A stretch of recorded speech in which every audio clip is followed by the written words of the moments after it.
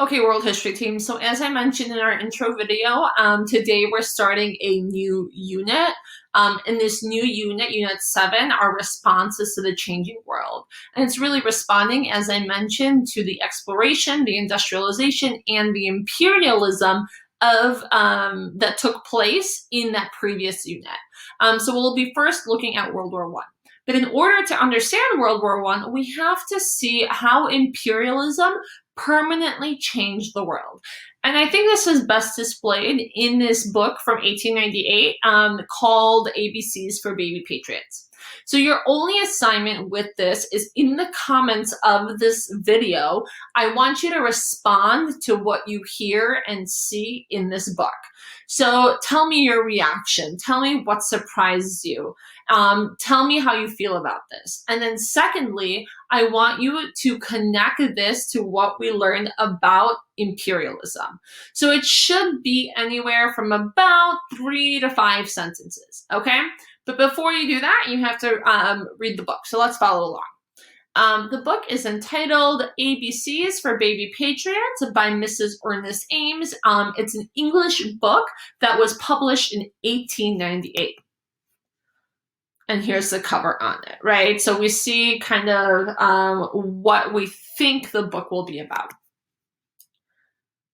And then here is the internal cover of it. It shows you your publisher there. All right, so A. Take a look at the image. Every time you get a letter, I want you to understand the image, and then let's see what A stands for. A is the army that dies for the queen. It's the very best army that ever was seen.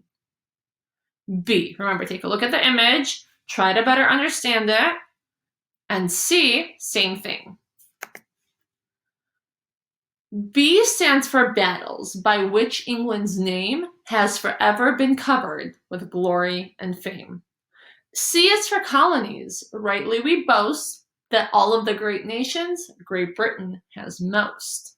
Remember what you have to do. You have to respond to this and then connect this with what we learned about in imperialism. D.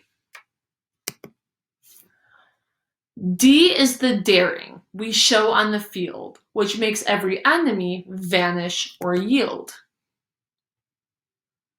E. So now we get a bigger picture and bigger understanding. Think about what E could possibly stand. E is our empire, where sun never sets. The larger we make it, the bigger it gets. F. F is the flag, which wherever you see, you know that beneath it, you're happy and free. G.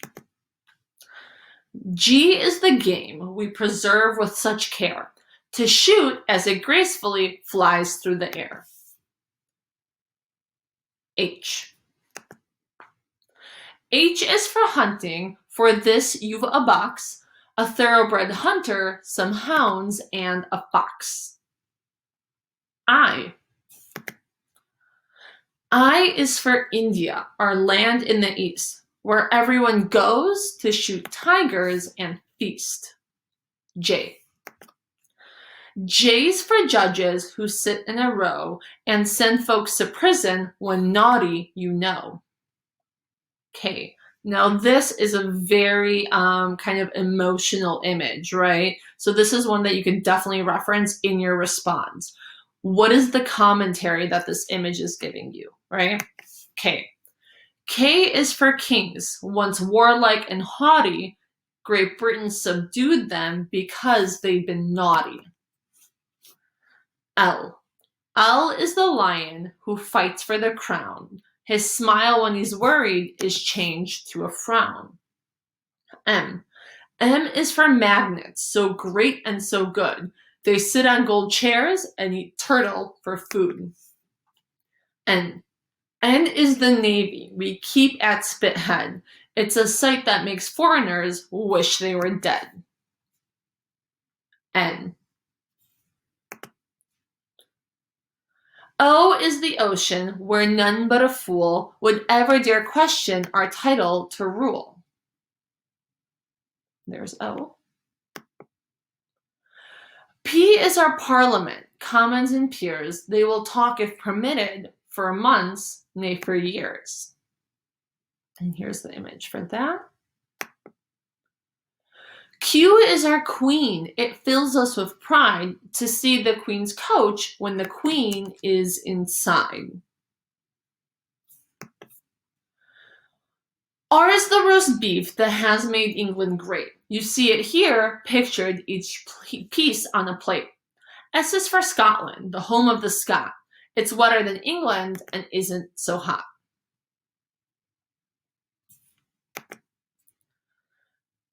T is the tub that an Englishman takes, as a matter of course, just as soon as he wakes. U is our unicorn, such a nice beast. His home is here now, though he comes from the east. V's volunteers who can shoot very straight. They are drilled now and then between 7 and 8. W. W is the word of an Englishman true. When given, it means what he says he will do. And so here's the image for W. Another really emotional image. Think about what the author is trying to say about Britain and about its colonies in this book. X, as a rule, means the London police, who are paid by the country for keeping the peace. Y is for youngsters, gilded and gay. The newspapers call them jeunes dorés. And there's X and Y. Z is the zeal, which is everywhere seen. When a family practices, God save the Queen. And here is the image here. And then here's the back cover of that image. And so, again, after looking at these images and after reading the text, I want you guys to respond. What surprised you?